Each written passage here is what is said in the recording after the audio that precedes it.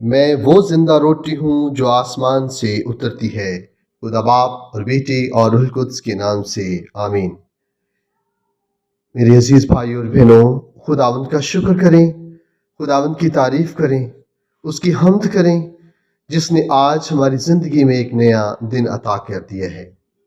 اپنے دل سے، اپنے پورے دل و دماغ سے اور اپنی پوری جان سے اور اپنی ساری طاقت سے خداوند کا شکر کریں، اس کی تعریف کریں، اس کی تمجید کریں جس نے آج ہمیں ایک بار پھر نیا دن عطا کیا ہے تاکہ ہم آج کے دن اس کی قدرت کا تجربہ کر سکیں۔ آج ہم اس کی تمام تر نعمتوں کو، اس کی بخششوں کا تجربہ کر سکیں۔ آج کے اس دن کا آغاز خداوند کے زندہ کلام سے کرتے ہیں۔ ہمارے لیے آج کا زندہ کلام مقدس یوحنا کی انجیل، اس کا 6واں باب، اس کی 44ویں آیت سے 52 آیت تک۔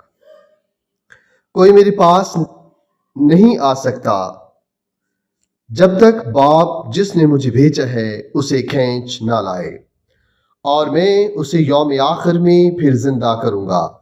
صحائف انبیاء میں یہ لکھا ہے کہ اور وہ سب خدا سے تعلیم پائیں گے، جو کوئی باپ کی سنتا اور اس سے تعلیم پاتا ہے وہ میرے پاس آتا ہے۔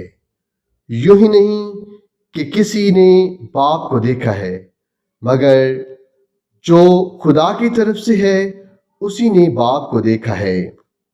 میں تم سے سچ سچ کہتا ہوں، جو ایمان لاتا ہے وہ ہمیشہ کی زندگی رکھتا ہے۔ زندگی کی روٹی میں ہی ہوں۔ تمہارے باپ دادا نے بیابان میں من کھایا اور مر گئے۔ یہ وہ روٹی ہے جو آسمان سے اترتی ہے تاکہ جو اس میں سے کھائے وہ نہ مرے۔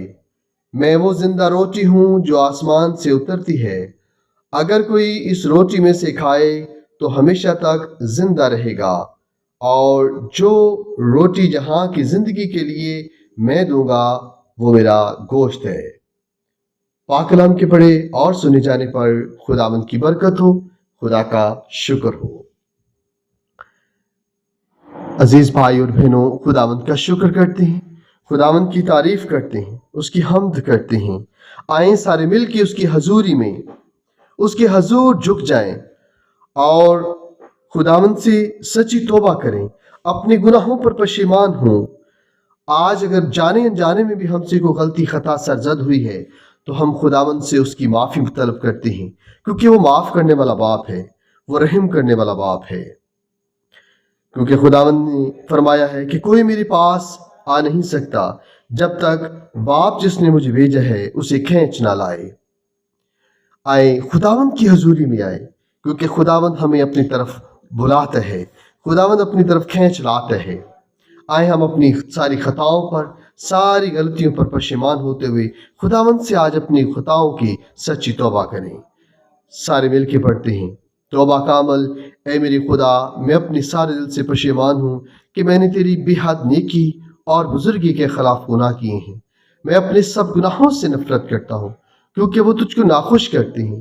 اے میرے خدا، تو جو سب پیار کے لائق ہے، میں مضبوطی سے ارادہ کرتا ہوں کہ تیری پاک فضل کی مدد سے پھر ہرگز تجھے ناراض نہ کروں گا، بلکہ گناہوں کی راہوں سے کنارہ کروں گا۔ آمین۔ جلال باپ اور بیٹے اور روح القدس کا ہو، جیسا کہ ابتدا میں تھا، اب ہے اور ہمیشہ ہوگا۔ آمین۔